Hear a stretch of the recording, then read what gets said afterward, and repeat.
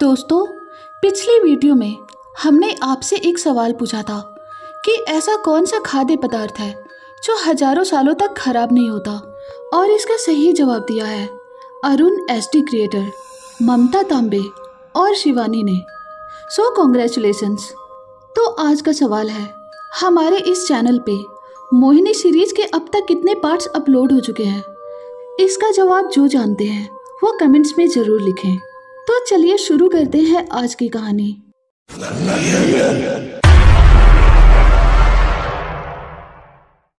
ये उस दिन की बात है जब मैं अपने बिजनेस के काम के लिए सावंतवाड़ी चला गया था।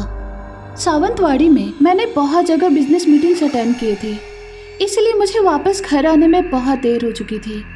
उस वक्त रात के 8 बज चुके थे और मैं एक सुनसान रास्ते से अपनी कार चला रहा था। उस वक्त मैं बहुत ज़्यादा थक गया था, इसलिए मैं जल्द से जल्द अपने घर जाना चाहता था। अभी थोड़ी सी देर हो चुकी थी, लेकिन तभी मुझे बहुत ही ज़्यादा नींद आने लग गई। अगर उस हालत में मैं गाड़ी चलाता तो शायद मेरी लापरवाही की वजह से मेरा एक्सीडेंट हो सकता था। इसलिए मैंने सोचा कि यही कहीं रोड के साइड गाड़ी पार्क करके सो जाना ही ठीक रहेगा। अभी मैं कार पार्किंग के लिए कोई जगह ढूंढ ही रहा था कि तभी मुझे मेरे सामने एक पुरानी हवेली दिख गई। वो हवेली बहुत पुरानी लग रही थी। मुझे ऐसा लग रहा था कि उस हवेली में कोई भी नहीं रहता होगा, इसलिए आज की रात मैंने उसी हवेली में गुजारने का फैसला किया। मैंने उस हवेली के सामने अपनी गाड़ी रोकी और फिर मैं उस हवेली की तरफ बढ़ने लगा। उसके बाद मैंने देखा तो उस हवेली का दरवाज़ा पहले से ही खुला हुआ था, इसलिए मैं उस हवेली के अंदर चला गया और अंदर जाने के बाद उस हवेली में घूमने लगा।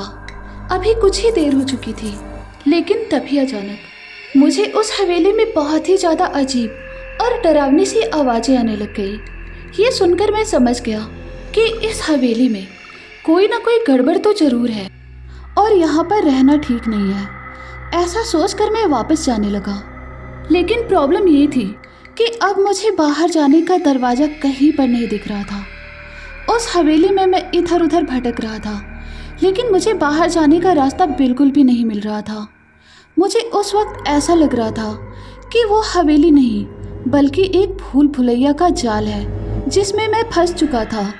उस वक्त मेरा दिमाग बिल्कुल भी काम नहीं कर रहा था। मुझे समझ नहीं आ रहा था कि आखिर मैं इस भूल भुलैया से कैसे निकलूं।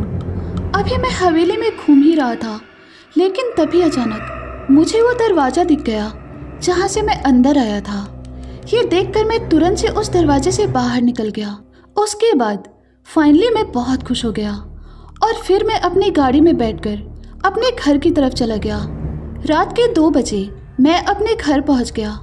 घर जाने के बाद जब मैंने ठीक से कैलेंडर देखा तो 3 दिन हो चुके थे।